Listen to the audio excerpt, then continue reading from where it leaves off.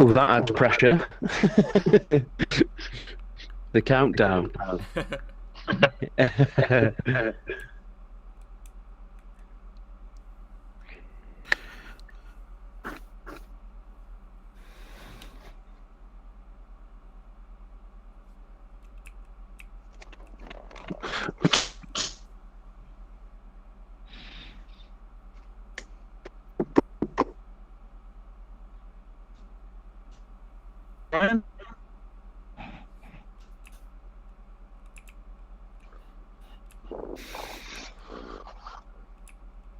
There we go. Always. Woo! Hey. Hello. Hey, Brian, do you by chance have a set of headphones? Testing. 1, 2, 3. Good. Oh, no. Hey, Brian, we're getting some feedback from you there, my friend. Do you have some headphones by chance? Cool.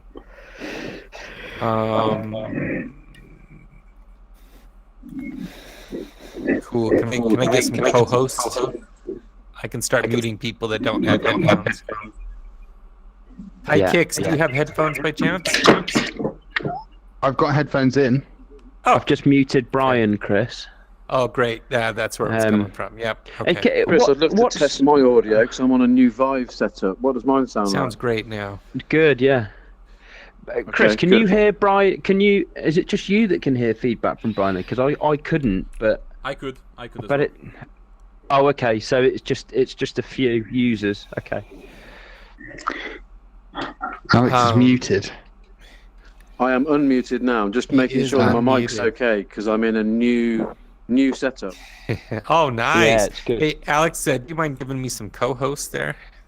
Yeah, I think I did, but I will go again. Yes, hold on. Amazing. There we done. go. Got it. Thank you.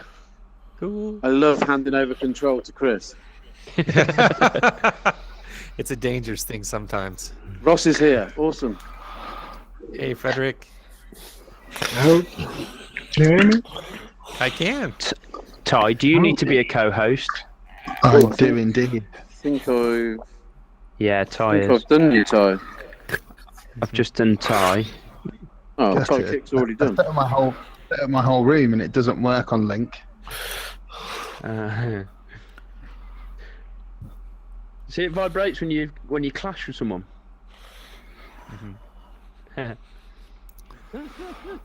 Rossi. Ross is 3 bottles in. The Michael Jackson 3 dance. bottles in. When he sees Pegasus, he'll be like,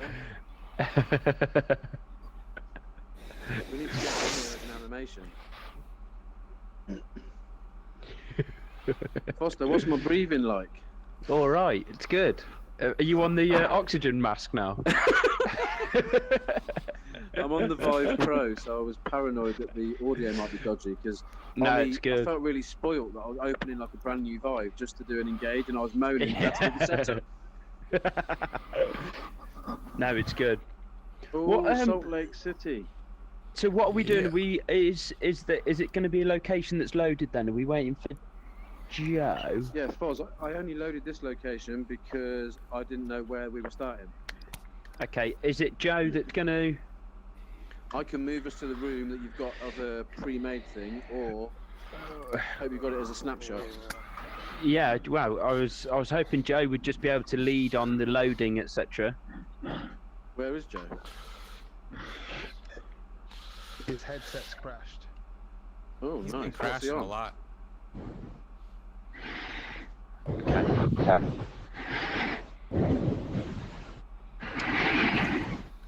See, Joe has done some more work on this though, so I do have a snapshot, but it won't be the latest version.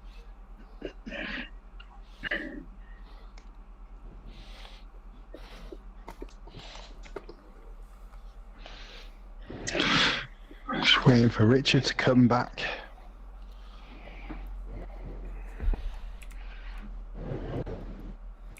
That's harder than I thought to write. Oh.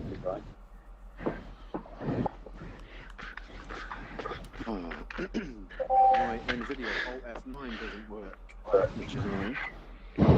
Doesn't let me record the streams.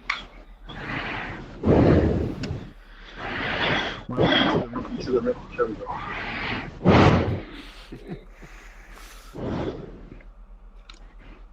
Hi from Dubai. Yeah, I'm Dubai. jealous. Very nice.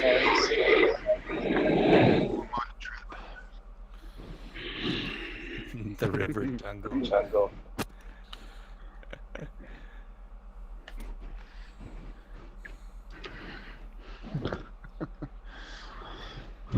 How do I? I can't. Oh, I need to go. Alex. there you go. We've got Richard. We've got Russ. We've got Alex. Hey, Keely. Hi. Alex. I can't draw. He's having a stroke. I can't draw. We need to go back to school then. Look at us, we're just like congregated in the corner. It's like a year 6 disco. We're just on one side. Right, JH. Come on. As per usual, there's always a lot of technical glitches.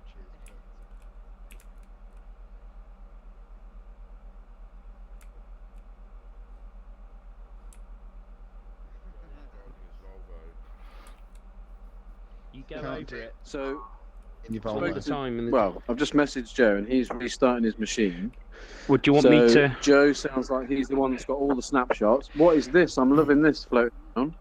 I'm going to load something.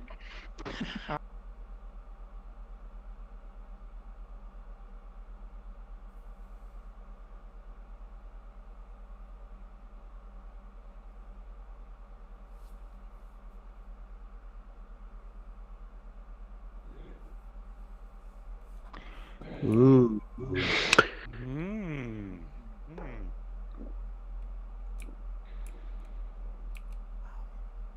Let's do the download thing.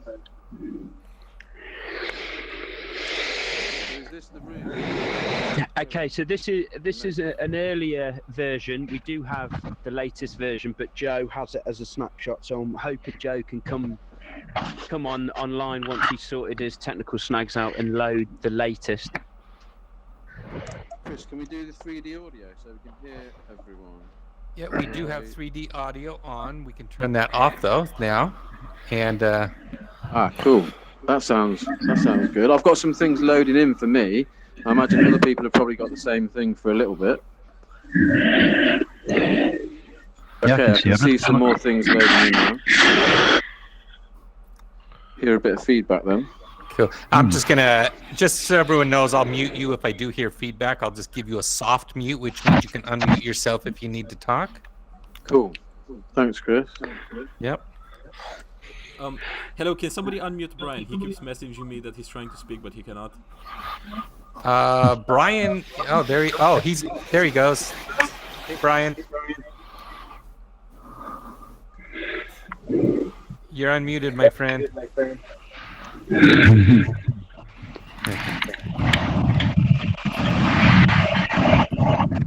Okay, so he just messaged me that he doesn't have a mic apparently, so... Oh, yeah. I don't even hear him talking. Lots of feedback. Hey, Brian, if you need to unmute yourself, just hit the escape key and then hit your microphone. I'm going to mute you. There you go. There you go. Okay, where is Mr. Foster and where is Joe Harvey? Here's Costas. Okay. Okay. No. So I Foster. placed myself here on the map. So Mr. Foster's over here. Okay. Oh, there he is. okay, Hey, so Alex. until we all right, Chris. So until we get Joe up and running, I think we can probably start to just go through what we have here in the environment. What is this then? What is this? And that we're hopefully get studying? started. So this is well, we've done our best to scan the area where Pegasus Bridge and Horsa Bridge are. So you can see on the map here, we have Pegasus Bridge here, and we have Horsa Bridge tell us where here. this is. Is this Normandy front? So this is Normandy. It might not look familiar to you because it's actually east of where the famous D-Day landings were, which was 5 beaches, and that was a collective effort from the British, the Americans, the Free French, the Polish, the Canadians. This part of the war was where the British 6th Airborne came into its own. So if you look above me, you can see its emblem, the famous Pegasus. So this was the 6th Airborne Division. Now, we say airborne, they weren't actually paratroopers for this mission. They were glider-borne. So they were going to land in gliders and take these 2 bridges here. So With the no one that engines. I'm pointing at. No, yeah. So if you're thinking, what's a glider? A glider is an engineless flying machine. So behind you, we have 2 Avro Lancasters. So these were bombers. Now, if they had gone in on these and tried to land, obviously that wouldn't have worked because it would have been far too loud. There was no way that they could do that. The whole idea was to get in silently. They had to. It's called a coup de main. They had to get in swiftly, silently, and attack.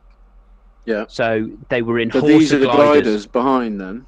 So behind me now is a complete different version of what was in front of me. These are your Horsa gliders. So if you guys just want to have a look around them, so walk around them, and you'll see there's obviously a few key components missing, i.e. engines. Are these scale then? Are these the life size? These we've got these to the best scale we could with this environment. Now they look cool. Sticking your head inside as well. That is a bit weird going inside. If you have a look on the wings and the back of the fuselage, you'll notice black and white zebra stripes. So this wasn't just part of the design to make it look cool. This was to prevent any Allied guns aiming for these gliders. So obviously we didn't want any friendly fire. So only the Allies knew that any plane with black and white stripes on was friendly. So that's why in really close to D-Day, they got everyone to paint every single plane that they had and glider. So literally hours before they set off, they quickly painted them so that intelligence, German intelligence, Axis intelligence couldn't grab that info and go, right, guys, I've just been told that any plane with a black and white stripe is Allied, so shoot it down. So how many was there that were landing around here? So I'm going to go into the full detail of this assault in a section, but good question, Alex. This was 180 men. So 180 men in 6 of these Horsa gliders. So these gliders that you see, they landed at the cover of darkness in silence around this area to capture these 2 bridges. Now, these 2 bridges, the capture of these 2 bridges was called Operation Dead Stick. It was actually an important part of a bigger operation which was called Operation Tonga, which was taking several bridges throughout a certain duration. So, Alex, is that you controlling the... Yeah, I'm just having a look at it. Okay. Yeah, just seeing my first look at the model, really. So, what we wanted to do is show you what we can do in VR, what we can do with models. Now, just put your hand up if you came to the Point de Hoc VR experience, which was a few months ago now. Cool. So with a few of you, so what we did is we did a similar thing where we had a scan of the area. So we had a scanned area like this, and it was a Point de Hoc. Point de Hoc was a key offensive of the Germans on D-Day, and we were able to scan it. We were able to show you in depth how the US Rangers scaled these cliffs and took that area. So that was what we did a few months ago, and it was brilliant for us to be able to meet and engage and do that the hairs on the back of our neck stood up. It was absolutely fantastic. We're not going to be replicating it in so much detail, but what we are going to do today is give you a rundown of this assault, and then I want you guys to play around and have a look at our scans, and then we're going to talk about the process of how we scan these models and how we can put them into an environment like this. And the bigger picture is, how can we use techniques like this? Okay, so without Joe here, unfortunately, we wanted to just explain a bit about the outcome, how we can use this. So if you look around, we have the models, like I said. We feel that this is a brilliant way of teaching people, educating people on certain parts of history, because we've all had history lessons at school. We've all watched documentaries. There's something missing. There's an immersion missing. There's an acknowledgement that is missing. It's you don't quite feel it. I know, without any disrespect to the fallen or anyone that served, you can't quite grasp the scale. Some of you might be able to, but especially for myself, and I know a few of you feel the same. I can't grasp it. I can't grasp the emotion of it. It's and we all learn when you can stand next to these things. Alex, I remember when me and you went to this location, and we were riding there on the bikes, and we were stood in the field where the gliders landed. That was amazing, and it feels the same when you can be spatially in a place. Exactly, because not all of us can get a ferry from Britain to France. Not all of us can get a plane from America or wherever you are, because, well, A, we now live in times where we can't travel, but B, it's costly and it takes up a lot of time. Is there a way that we can bridge it? Is there a way that we can bridge that experience of being there and bring it to your lounge, to your living room? And we feel that as a proof of concept, this is where we want to go. We want to be going to a VR immersive 3D world. I'm going to have to jump in again and say that I feel like we're already there. We need to start using these assets. I think you lot have done so much stuff to make this happen. This is the lesson, and then after that, I think you're going to be able to record lots of different scenarios using these things. Absolutely. Be content forever. It's content forever. Now there are certain pieces of content from history that are lost forever. We're now at a stage in 2020 where we're backing everything up. We've got everything for hopefully an eternity.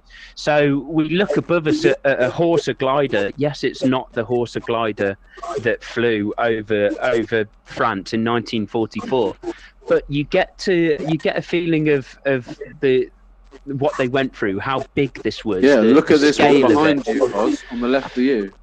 Yeah. So I think this is probably Chris flying this plane. That is some skilled flying. Okay, so that looks awesome. So what I want to do is I've got a bit of feedback. Is just go through what happened on this day.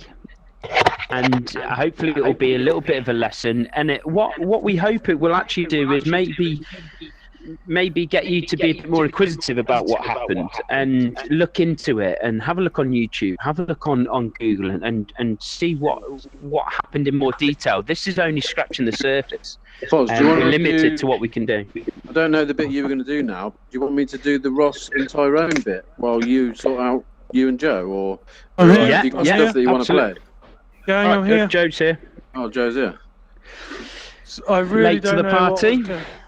I've been engaged all day, and now with it working all day, and now it doesn't work. Alex Foster is going to absolutely kill you in the office tomorrow. Okay. So Joe, hope you come. Now listen, I've got it all set up in a different room, so Let's if I do that take quickly, you all, then. can you give me some rights? Yeah. Yeah. Co-host. See who does it first. Go on then. I've done it. Yeah, So, someone's done it. cool. Here we go. Let's try this bit then, Joe. Send us.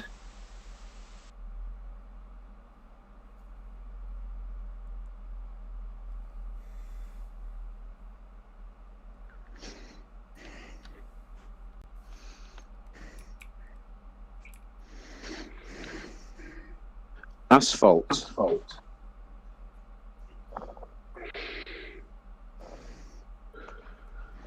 Oh, we're loading.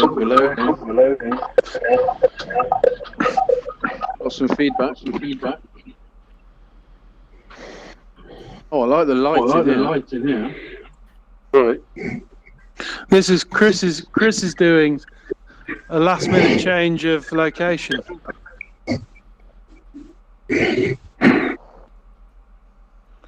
Right, where's Mr. Foster?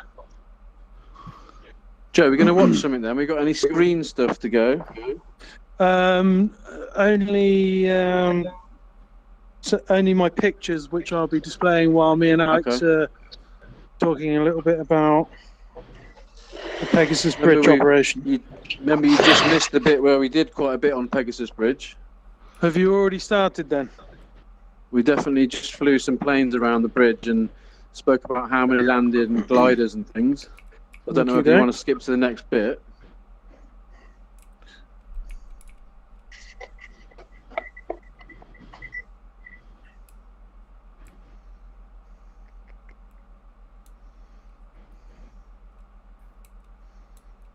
Screen sharing all sorted. Yep. I like this virtual museum. Hi, Nicholas. Right, so Alex Foster, where are you? Where are you with the star presentation here? Alex, you're muted. I don't know if you know that. There you go. Oh. Hello. There you go. Yep. Okay, Cool. so I'm about to go into the current situation in Normandy and what's been happening leading up to this day, 1944. Perfect. Well, if you look here, Alex, I've got us a Where's nice here? little location Where's here? to stand behind you. Ah, I've got all your little markers here ready for you.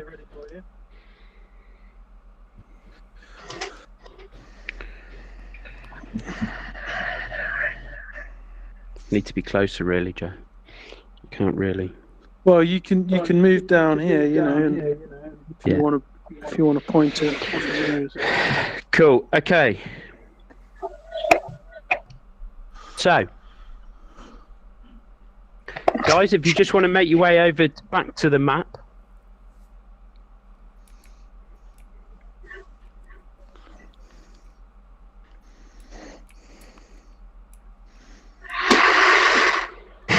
So can we have the map up, please, Joe? On the screen.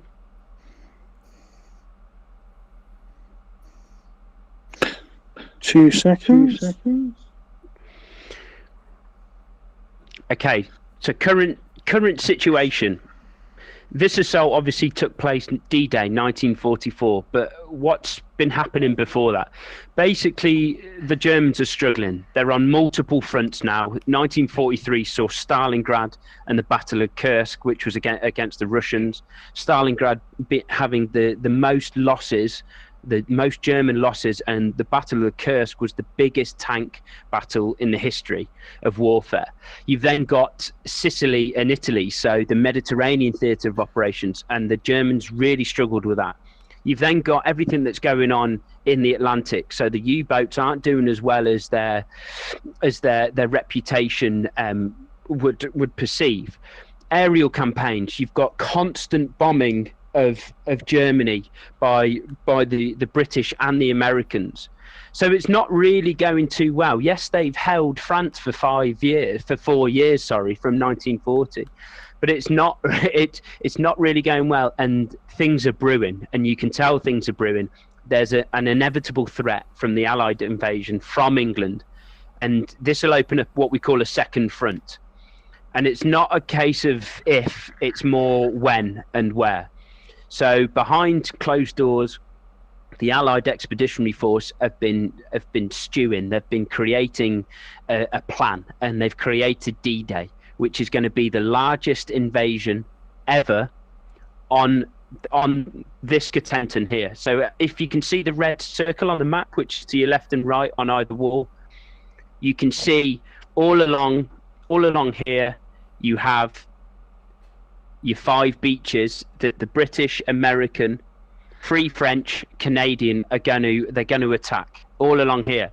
To the east, where the red circle is, this is where the British 6th Airborne Division, this is where they're going to take place in their special, unique assault. A coup de main, as I said. So there's one thing stopping them. It's the Atlantic Wall. This is Hitler's Festung Europa, which basically is Hitler saying, I want us to fortify the whole of this area. And it actually, this Atlantic Wall, this metaphorical Atlantic Wall, spanned from the northern part of Spain all the way up to Norway, and it included everything. It was bunkers, machine gun nests, mines, anti-glider traps. It had absolutely everything, and they covered it. And it was millions and millions of Reich marks, and it spanned for 1,600 miles. There's one guy who's in charge of keeping it as a wall, and it's Erwin Rommel, and you can see him on there. He was infamous. He had a very, very successful campaign in North Africa. He was one of Hitler's main guys, and it was his job to command the special reserves and the army group, and it was his job to defend northern France. So it was his idea to have all of these barriers, these mines, these machine gun posts, the machine gun nests, the bunkers. It was up to him. So we have here our 2 bridges. We have the River Orne and the Caen Canal. So the Caen Canal is here, and then we have the River Orne here. As you can see, there's quite a lot of greenery, quite a lot of fields. And what Rommel decided was he was going to litter these fields, not only flood them, but litter them with every sort of nuisance he could think of.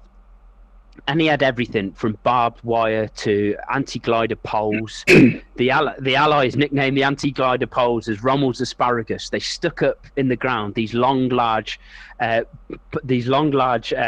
wooden poles, and they were laced with mines. So as anything tried to land, it would trigger the mines, and it would be devastated. So they got all of this information from reconnaissance. You're forgetting that the French resistance is still playing a huge role in helping the Allies. France are knocked out of the war, but they've still got these underground allies in the SOE, the Special Operations Executive, helping them, getting information back to them, Morse code, letters, however, in any means possible. Okay. So the problem we have for the Germans that they might not know is this area here. The Germans that are holding it, they're not a crack team. They're not the renowned SS. They're not a renowned unit that have been fighting for half a decade. They're actually made up of older or less experienced soldiers, or actually Russians, Polish, anyone that had been put together into the Wehrmacht to hold these positions.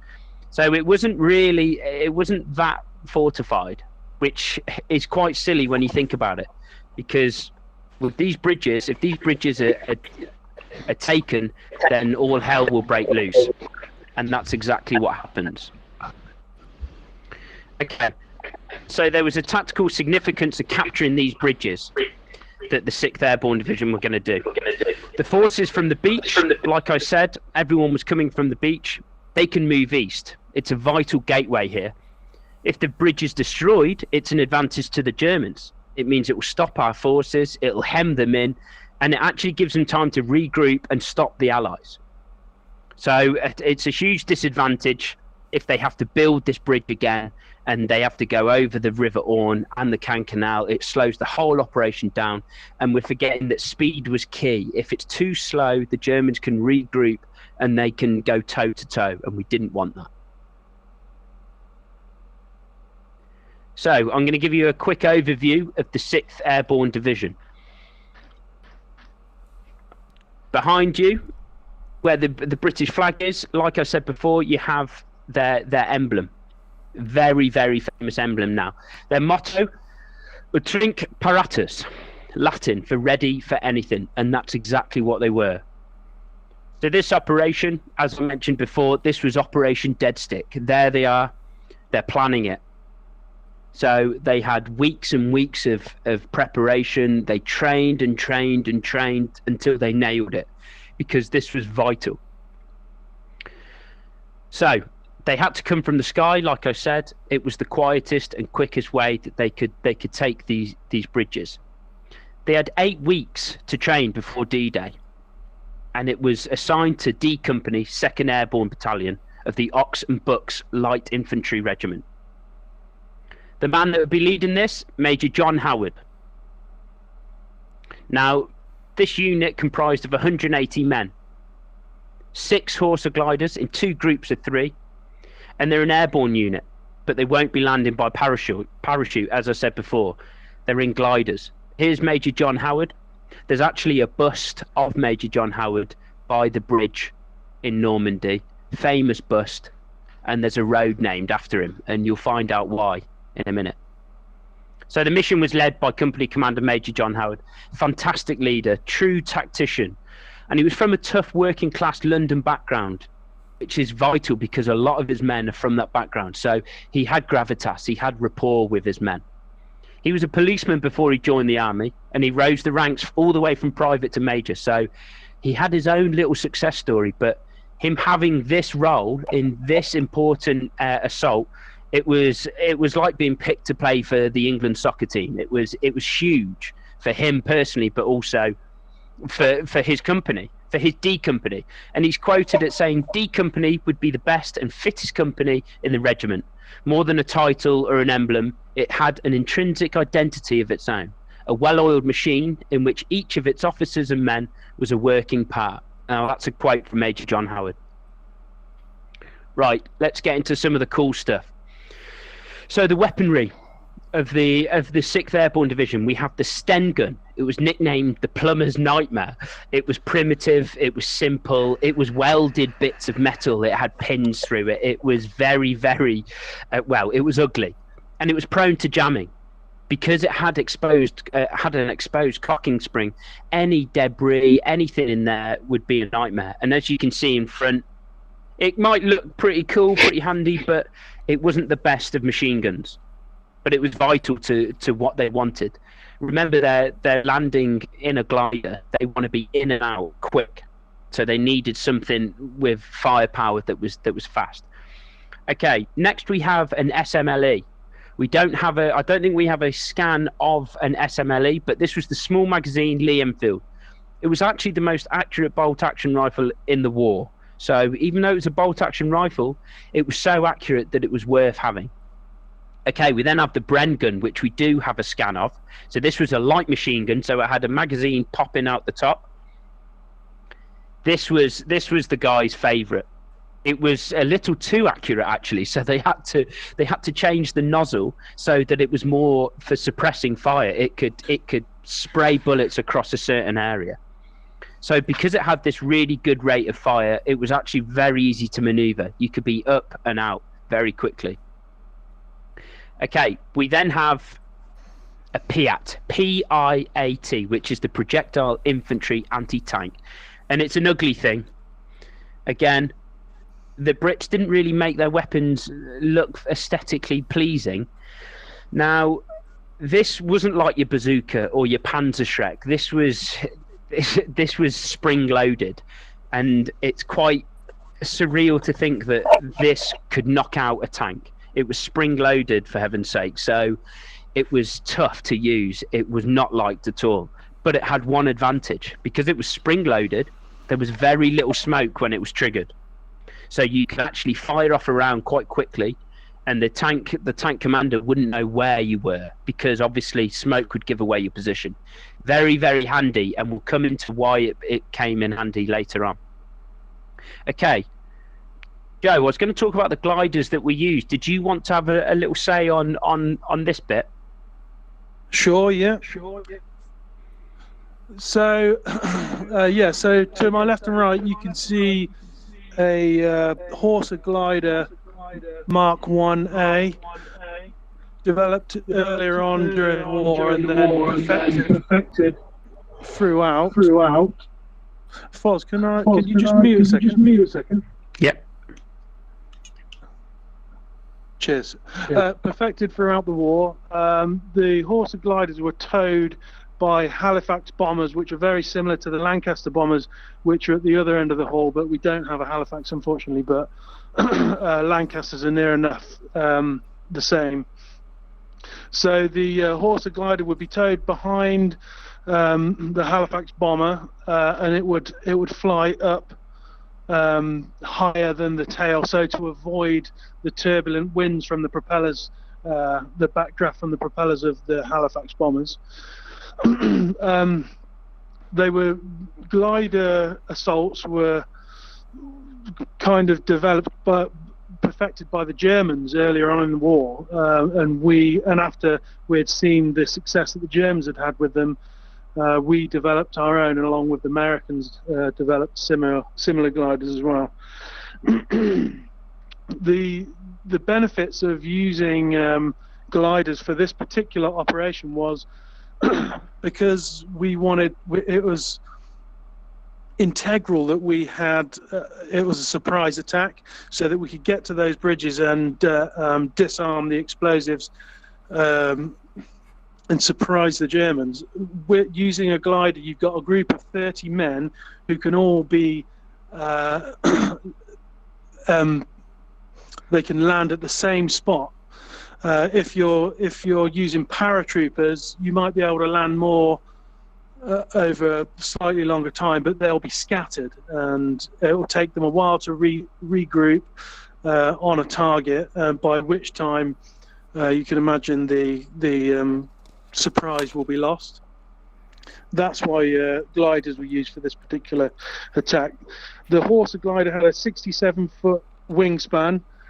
This is about true scale here. Pretty much made of plywood to keep the weight down. It had a gliding speed of 100 miles an hour. It was flown by 2 pilots. It could carry up to 4 tons of kit, or up to 30 seated, fully armed men.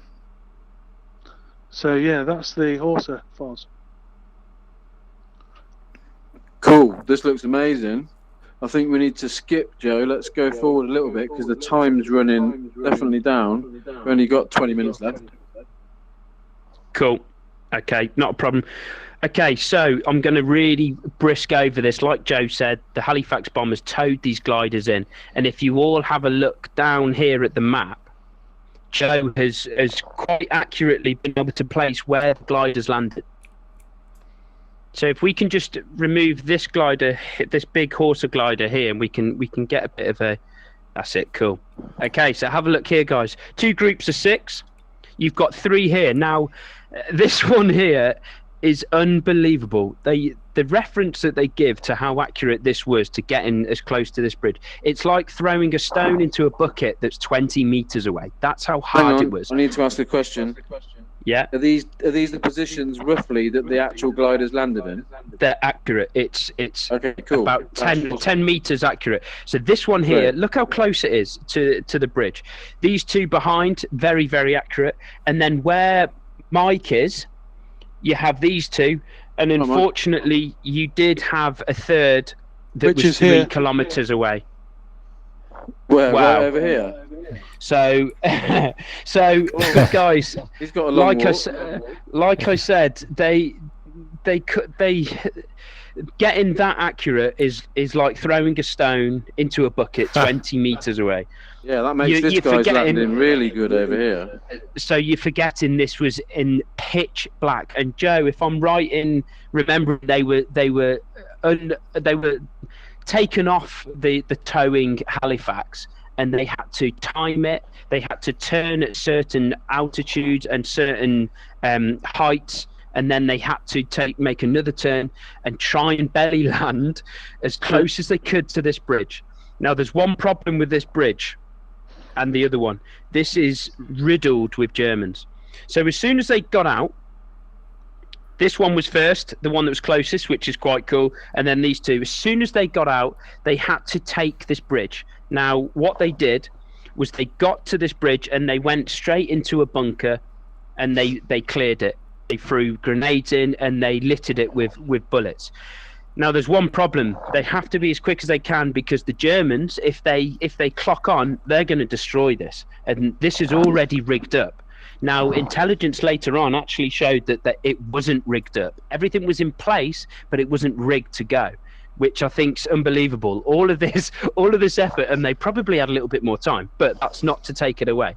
So we have our soldier here. If someone can just blow him up a little bit more, not literally, just in size.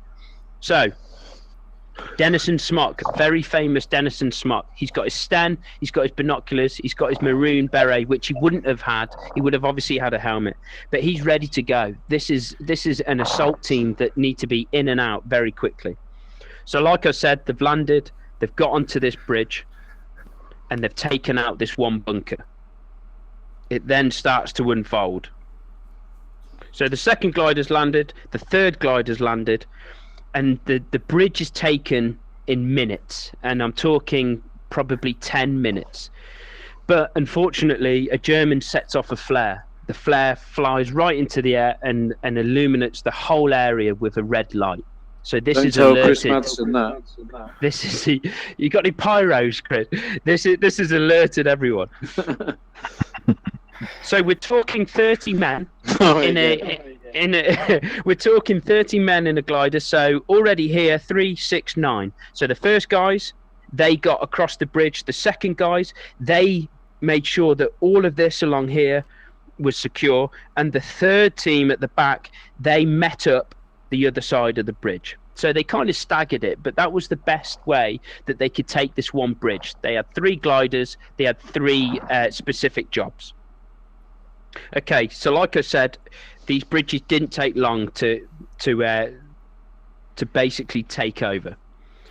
So their objective is to storm Ranville Bridge over the River Orne. So this is the Cannes Canal. This is actually Benneville Bridge. If you have a look further back here, guys, this is Ranville. So it was 2 bridges. So you might have thought that one was tough. You've got this one as well. And like we said before, you've got your 2 gliders that landed here and then the unfortunate one that was 3 kilometers. And these guys took this bridge as well.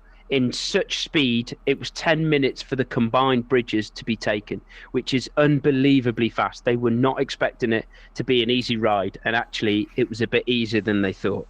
Foster, was it these 2 that took this bridge? Yeah, correct. So remember, 30 guys again, they would have got out and taken this bridge. Okay. So, when the bridges were taken, Major John Howard, our main man, he blew his whistle and he blew it in Morse code for V, which was for victory. And the code name on any communications was Ham and Jam. So as soon as they heard Ham and Jam, it meant the 2 bridges were secured. Ham being one bridge, Jam being the other. Very British, isn't it? Ham and Jam, everyone. Okay. So they got the bridges all secure, and it went a bit quiet, which is quite strange. It's the night of D-Day, and it's quite quiet. But then what do they hear coming down the road? A Panzer tank with infantry support, and it rolls in, and we believe it came in from this direction here. So it's actually in between the canal, and you're forgetting that back here is the beachhead. So it was obviously a little unit that was in between. We would expect something to come from here where Alex and Mike are, because back this way there was a panzer division that was commanded by Major Hans von Luck. He was a renowned panzer commander.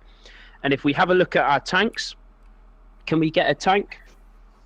I'm sure we can. Look at that. You're just like calling in props. Like, excuse me, can I have a tank, please? Cool. So here's a Tiger tank. Bit different to what would have been there, because these Tigers, there weren't many of them, and they were vicious. We just need to say, Foster, that children need to learn like this. How cool. I want to be back at school. So these are your tanks, Tiger tanks. They were nasty pieces of work. I think they had something like 10 inches of armor. It was ridiculous. So imagine trying to take out one of these. But that's exactly what these guys had to do. So they hear this tank rolling up the road. So the guys take an ambush position. And what do they get out? Who can remember what the projector was called? The Piat.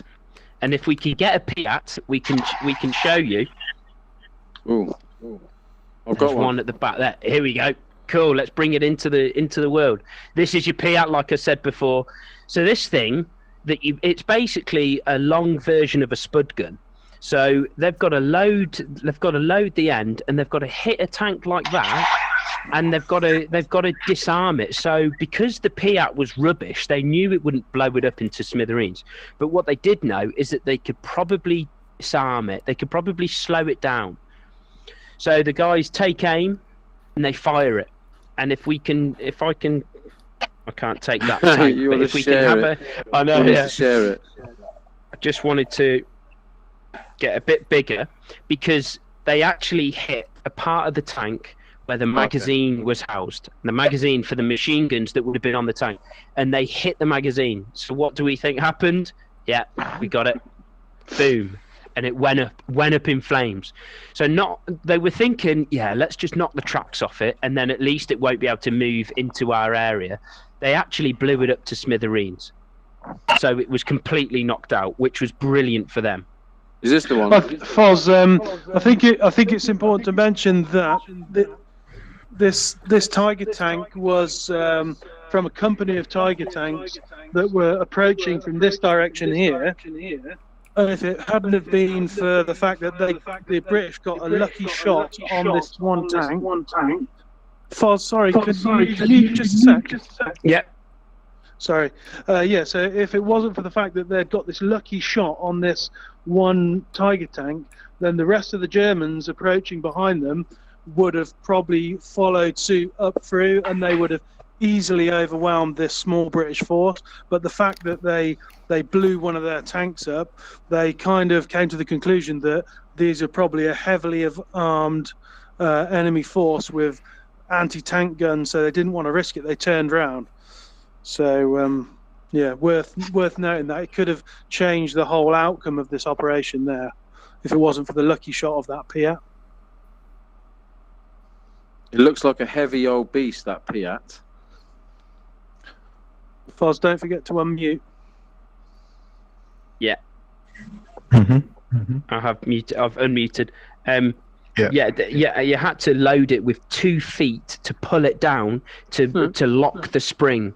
So your Panzerschrecks, your bazookas, you loaded it in and away you went. And another good point, and what Joe said, is the Germans didn't know what was going on, to the point that they actually heard the first glider, this one here, they heard some sort of noise, some crash, and they just assumed that it was an Allied plane that had been knocked down because they couldn't hear any engine. So they thought, oh, well, at least our anti-aircraft guns have hit something. No, it turned out to be 180 guys that were landing, and we're going to take your 2 bridges in 10 minutes, and we'll knock out one of your tanks, and think that there's a whole battalion that can handle a tank battle. So a lot of it was deception. Yeah, I think we really need to fast forward, Foz. So, like, just brushing over the snipers, and the enemy bomber. 2 videos. Okay, and then so aftermath. Just a cool little story here, guys. We put a red arrow vertically pointing down here. Obviously, you can't quite see what it is. It's actually a chateau, and in that chateau, there was a supposed sniper. So one of the guys, his name was, was it Wally Parr? Am I right in saying, Joe? Wally Parr. Yes, Wally Parr. He had an anti-tank gun here. So where I'm pointing, that he had taken over, and he fired shots into the chateau. He neutralised the sniper, but he was ordered by Major John Howard to stop firing because, unfortunately, it turned out that this was a maternity hospital, which was very, very common in occupied countries for them to overtake any building they could, and they would just use it for anything. And unfortunately, it turned out to be a maternity hospital. But we don't know if there were any casualties. We hope there weren't. But this guy, Willie Parr, was firing at certain positions. Another position was in this water tower here, and he was taking out the snipers. Okay, moving on. There's a few hours after, so they've held this ground really well. And the guys are on the bridge, and they hear bagpipes. and they think, what the hell are bagpipes doing playing at 5 in the morning on D-Day? And it turns out that it was the commandos that had landed on the beach. So if we look up at our maps here, they landed here. They made their way through heavy fighting to the Red Circle, and they came in style with bagpipes playing. And the majors from the commandos and Major John Howard, our guy, they shook hands on the bridge, and they said, "About bloody time." So this 6th Airborne Division had held the bridges for hours, repelled a tank and constant fire, by the way, snipers, and also their initial challenge, and they were relieved by the commandos. And then obviously the rest is history. So the aftermath. Obviously the war continued, but Major John Howard, our main guy, he was awarded the Distinguished Service Order on the 16th of July in the field. So he was given the medal in the field, and he received the award by Bernard Montgomery in recognition for his efforts in Operation Dead Stick. A famous man during this assault was Jim Woolwalk, who landed the first glider. Remember this one here, the bucket in the stone, the stone in the bucket. Sorry, he landed that glider, and he received great praise for what he had done. Okay, I think, guys, that is a very, very brisk overview of Operation Dead Stick. Cool, Foz. Thanks very much. Awesome. Cheers, Fossil. Great. Obviously, like Foz says, it was a brisk overview.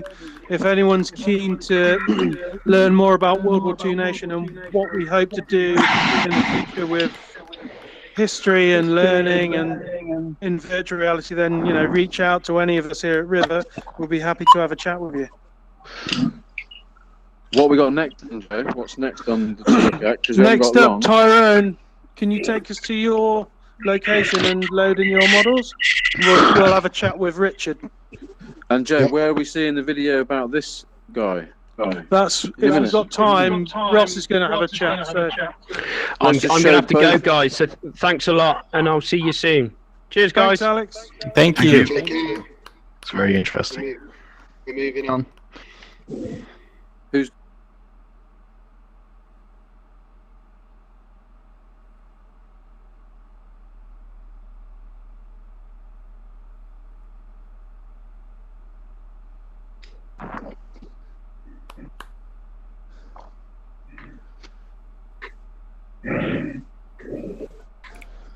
New space. What we got? Oh my god, someone made it. I was thinking about this the other day. That is so weird. Yes, I was literally thinking, we've got the model now of the camera. Why don't someone make Ross's rig? Did Ross know about this? I don't think so. This is a Joe special. Oh god, this is great. This is the best visualization. We need to see that video like now. We need to see the video of this model while we're stood here. Go. We need to, this is great seeing this. This is the camera we wanted to get in, and the guys at Engage managed to get it turned around really fast because I remember seeing it the other day and the texture wasn't right, and now it's bang on. So we should watch this video whilst looking at this. Joe, this is the process, the photogrammetry workflow using the Canon. Oh my god, it looks amazing, massive. Only the wind across the large tree. Something pleasant and restful around me.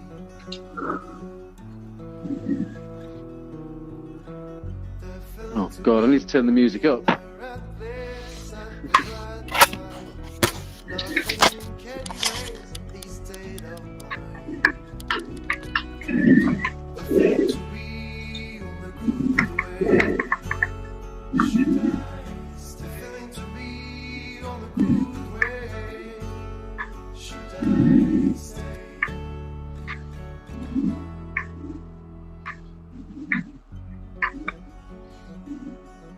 So where is Ross? I reckon we can get Ross talking about this. Hi. Look, Ross is just ready. I guarantee you've got a wine waiting with you as well, like I here. There's definitely a glass of wine. Okay, good. So we're looking at your rig on the screen. Was it a surprise then? You didn't really know that they'd made this for you? It's a little bit. Joe gave me some hinters, but yeah, I haven't seen it. It looks cool. Ross, now you've got over here some flickery sign with your name on it. Oh, flickery. Over here. Oh wow! Look at what. Oh, what? The light looks great on there. So, Ross, what we're looking at here is a video of the workflow of our photogrammetry models. Yep. So what's this software? So we've got 7 cameras set up here, and we're using some software called Digicam Control, which controls all cameras, their it looks great. functions, the shutter speed, aperture, focus, etc. We put it on a turntable, and we spin it around about 10 degrees every time, and take approximately from 36 positions. So there's a load of data then? Yep. There's a lot of data. Can we just mute Ty? I'm just going to mute you. Yeah, so that's the cleanup. Is that ZBrush? Yeah, so depending on the models that we're cleaning up, this type of thing on a turntable, outside in photogrammetry, then ZBrush is a fantastic tool to retopologize and clean up our models. And we do this to make them optimized enough so that we can bring things like this into virtual environments. Yeah, so inevitably there are errors within photogrammetry, because although we endeavor to capture every single angle, sometimes some data is missed, so that leads to errors. We fix them, clean it up, decimate it so that it's the amount of polygons that we can load into applications like Engage, and then do all the retextures. Yeah, well, I can see that you've done more cleanup on this one than the previous models, because I remember you moaning because you didn't know that we were going to make them as big as this. So the other models were intended to be literally sort of 3 centimeters tall, looking down on the map on it, and this fella here was ideally, you wouldn't see him much bigger than about 30 centimeters. So if we were going to do a life-size model here, you can see when you look at his hands and look at some of the details of it, that it's you can see it's lacking in detail. Although definitely. But you could up that if you needed to on a bigger machine. It's just that we're scaling things down. I mean, the model we'd get from this is, he's getting onto 500 million polygons. Oh my gosh. So we have to decimate it down to the level that we can use it practically. So depending on people's hardware and what they're using, then we can go into some different levels of detail. But for this purpose, we've had to. This is probably about 20,000 polygons. It's 1.8K map, which has probably been reduced a little bit. It looks about a 4K map. So we could turn that up times 10, times 100. Okay, that would be big. Well, this is amazing, but I do want to squeeze in. I think Tyrone's got a last video that we'd like to see. Cool. Ty, can you unmute yourself? Joe, can we pause this video? And I will do. Chris, there's something cool about this Canon hanging out of this screen with a load of cannons behind it. It just looks like a photo. It looks really good. I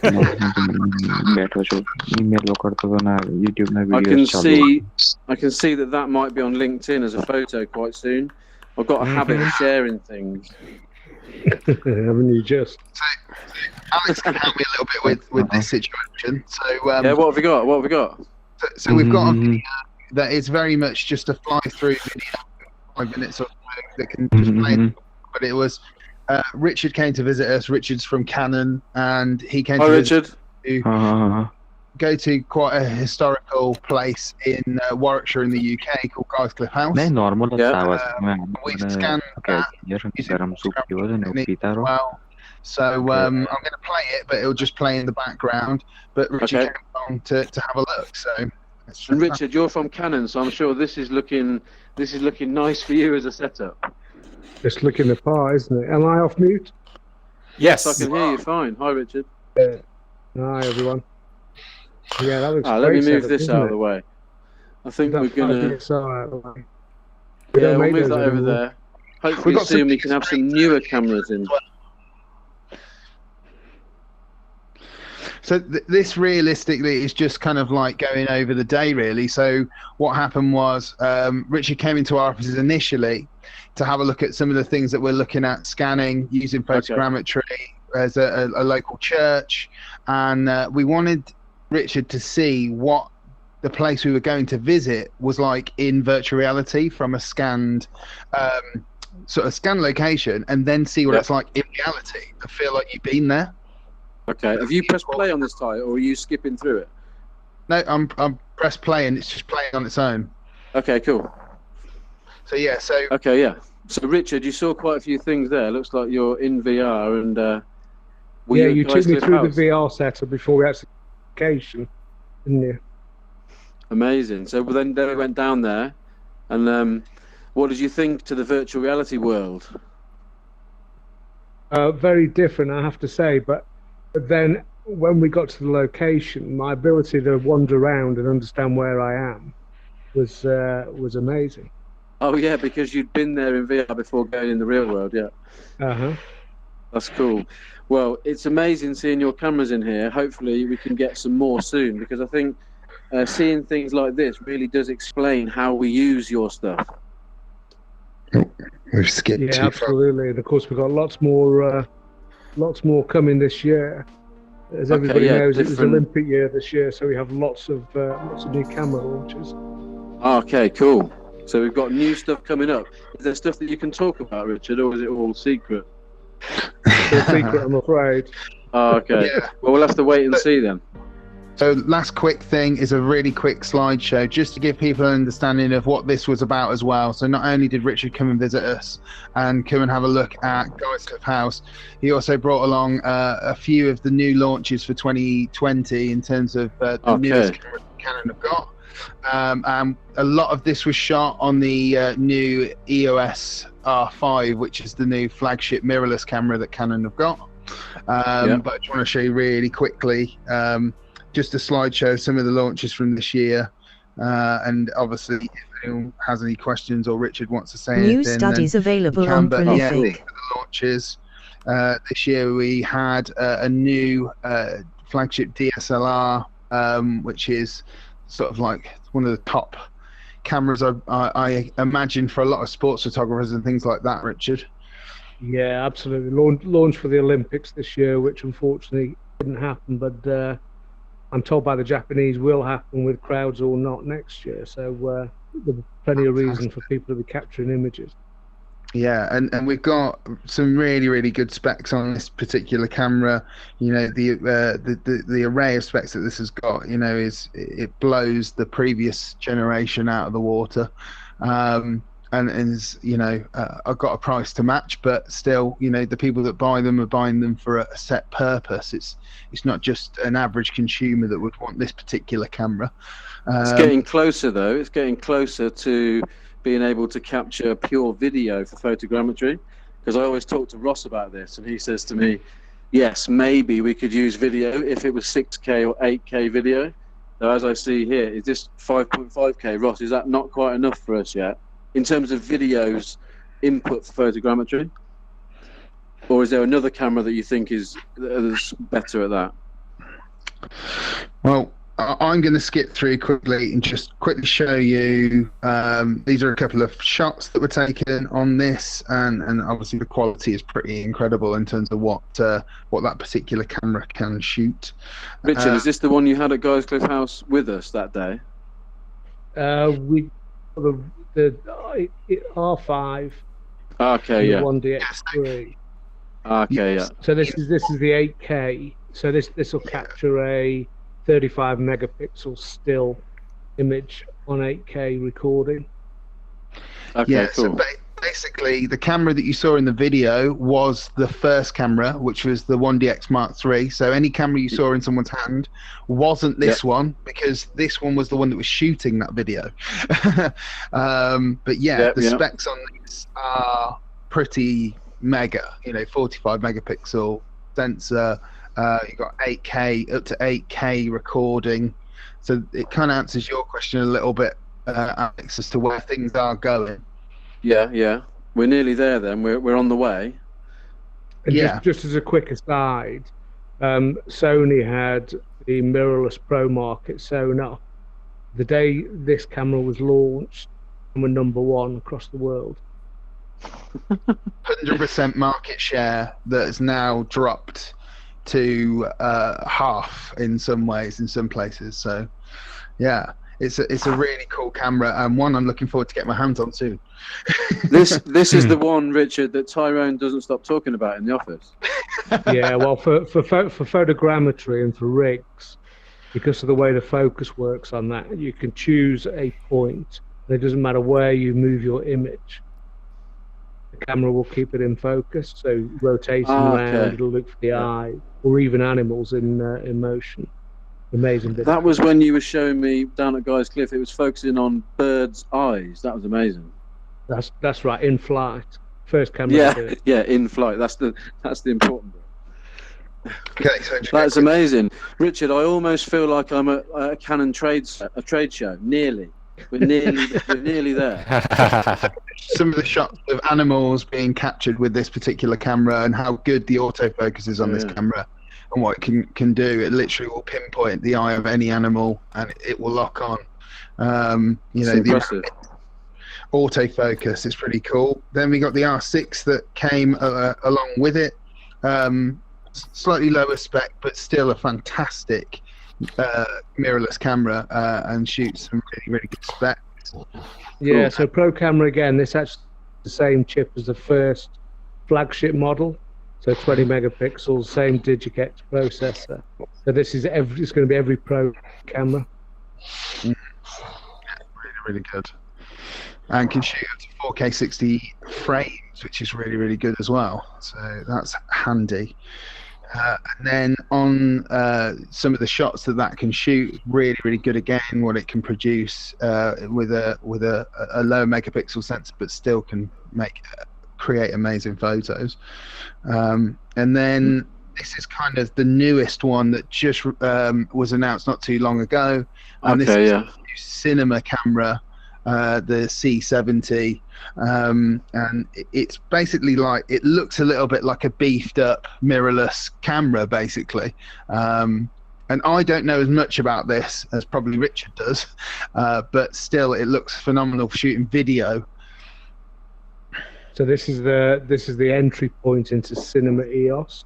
So the majority of Netflix, Apple TV, all those series that you see are shot on Cinema EOS nowadays. Yeah. This is the entry point, and 4K Super 35 sensor, but with something called dual gain output. So it captures the lows and the highlights, matches the files together. Absolutely stunning. That sounds interesting, Richard. As we're talking about lots of different documentaries at the moment, that one sounds like it would be perfect for your tunnels, Alex. It would be perfect. I know you have a thing about tunnels. I'm happy. First cinema camera to have an RF mount that matches all the other cameras we've just seen on screen as well, which is their new lens mount as well. So as long as it makes more arguments between you and Ross for me to watch, then I'm very interested. Because you two argue about cameras a lot. The quality is pretty amazing. This is a video, because I can't obviously show stills, but this is a video just showing the quality of the camera itself, what it can produce. Yeah, and I mean, when we're looking at stuff like this, it is representative of, because obviously, look what we're inside an engaged environment and watching on a small screen, so I'm sure this looks great. I know, we got screens that I set up today and we got caught on this. Good. I'm glad. It looks amazing though, this room with the banners as well. It looks like an actual trade show. Just with things thank you, really. You're doing a great job. I think we can do a much better Canon event like this in the very near future. Ty's going to say to me, just give me a bit more time and we can make things even better. Which is good, because I think we have gone definitely over. I'm going to stop this recording because I did a little spatial recording then. I'm just going to save that so that we can play that back whenever we like. But that was amazing. I think that is it. Is Joe still here or has he gone? Oh, here's Joe. Still here. Yeah, Joe, you still there? I'm like bending my neck, but I can just turn the controller. Yeah, good. So I think that is it, Joe. Foster's gone. Ty's still here, but Richard, thanks for coming on and helping us, because I know it's been a bit of trouble getting you set up, but I think it went really well. Richard had a quest shipped to him, and then Tyrone set him up over the internet, and I hope you've been enjoying it, Richard. That's cool. Absolutely. Wicked. Thanks, Joe. Okay, so Oscar, I think we can end the live stream. All right. Thank you. Is Brian still here, or is he gone? Did he have audio problems? Yeah, I think he had audio problems. His mic didn't work, and I think he left. Yeah. But the live stream stopped now, Oscar. Yeah, one moment. Okay, cool. Yeah, it's off now. Thanks again, Chris. Thanks for helping